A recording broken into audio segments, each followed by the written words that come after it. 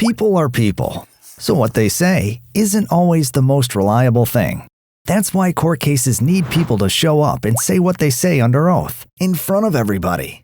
Otherwise, hearsay comes into play, which prohibits out-of-court statements from being used to prove the truth of the matter being said, and which is explained in greater detail in Legal U's hearsay video. But there are other kinds of out-of-court statements that can be admitted in a case.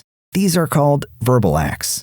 Verbal acts, also known as legally operative facts, are words that constitute legal acts or have legal consequences in themselves. A verbal act is not hearsay because hearsay is an out-of-court statement offered for its truth. In other words, the party wanting to use this statement in court wants the jury to believe it's true. Verbal acts, on the other hand, aren't offered for their truth. It doesn't matter if they are true or not.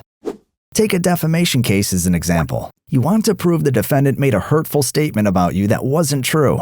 You'll need someone that heard the defendant say it. But isn't that hearsay then? No, because you are not using the statement to prove that what was said was true. Just the opposite. You want to prove that the terrible thing said about you is false. But you do have to prove that the statement was said. Another example is the acceptance of an offer in the making of a contract.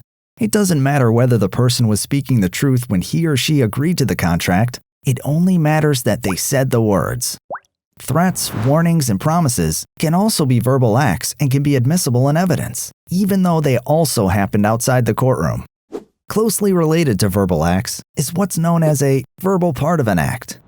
This is where a physical act is ambiguous or equivocal, meaning that a person's action by itself is inexplicable or could mean different things. But if words spoken at the same time explain the act, then they are considered the verbal part of that act. For example, if someone says to another person while handing them money, "This is a loan," then it would be admissible to prove that it wasn't a gift. For the verbal part of an act to be admitted, it must first meet 4 criteria. 1. The conduct described by the words must matter to the issue at hand. 2.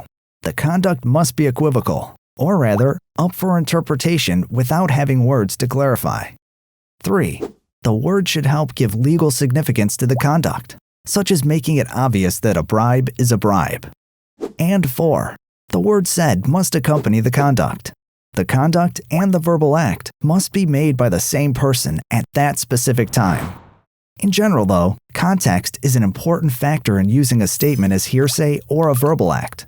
The same exact words may be a verbal act in one scenario, but hearsay in another. For advice regarding your particular situation, reach out to Legal U for clarity on, well, getting clarity. Legal U, where you are your own best lawyer.